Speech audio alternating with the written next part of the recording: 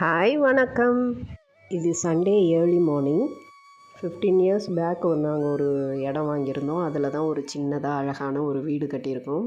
அதை வந்து ரெண்டல் பர்பஸ்க்கு தான் விட போகிறோம். அதுக்கான கணபதி ஹோமம் தான் அன்றைக்கி நடந்தது. அன்றைக்கி அப்பா, அம்மா, அத்தை இவங்களோட ஆசீர்வாதத்தில் தான் நாங்கள் இந்த கணபதி ஹோமத்தை நடத்தினோம். சும்மா சின்னதாக சிம்பிளாக பண்ணிட்டோம். யாரையும் கூப்பிடலை ரொம்ப. ஏன்னா இது ரெண்டல் பர்பஸ்க்கு தான் நாங்கள் விட போகிறோம். அதனால் சரி ஒரு கணபதி ஹோமம் மட்டும் பண்ணால் போதும் அப்படின்னு சொல்லி அன்றைக்கி நிறைஞ்ச அமாவாசையாக இருந்தது. ரொம்ப திவ்யமாக இருந்தது. நிறக்க செஞ்சு கொடுத்துட்டு போனாங்க அந்த ஐயர்வாளும்.